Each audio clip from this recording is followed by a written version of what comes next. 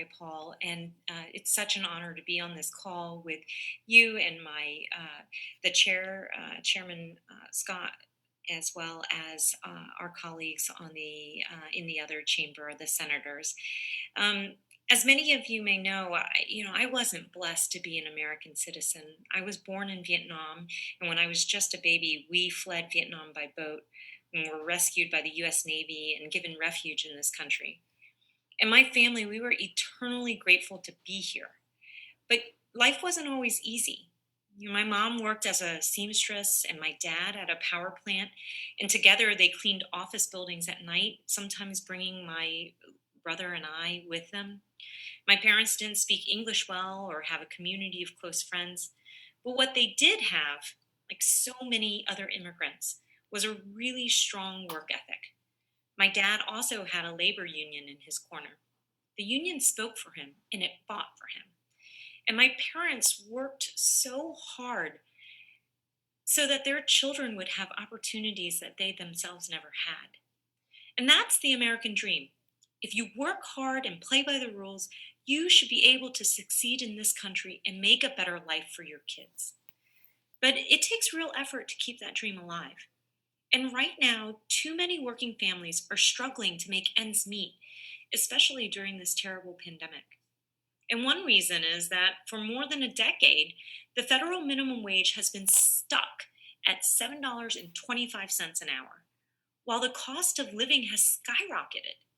And there's no part of this great nation where $7.25 is even close to living wage anymore. It's certainly not a living wage in my Orlando district, which has both a high cost of living, especially when it comes to housing, and the lowest median income of the 50 largest cities in the country.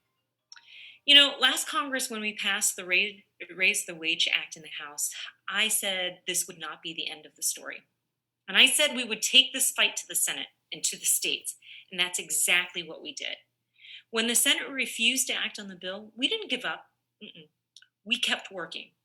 And now, my home state of Florida, a state that supported the Republican candidate for president this past election, also voted to raise the state minimum wage to $15 an hour. And that's because this isn't a Republican or a Democratic issue. Florida voters across the political spectrum understand it's way past time that we give hardworking Americans a raise. They've earned it.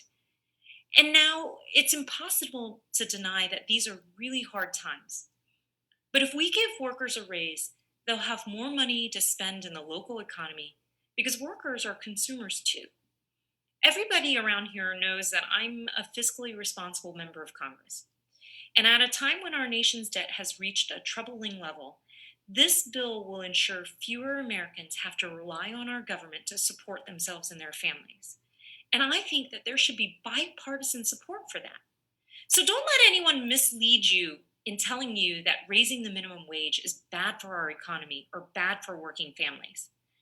At the end of the day, my reasoning for supporting this bill has not changed. In the greatest country on earth, nobody with the dignity of a full time job should suffer the indignity of not being able to provide for themselves or their loved ones. So, thank you for having me with you today. And now I'd like to introduce you to Mike Draper. Mike is the owner of Ray Gun Clothing and Home Goods, and they have grown from Iowa, Des Moines, Iowa City, Cedar Rapids, to Kansas City, to Chicago, and most recently, Omaha. With that, I'll yield you the floor.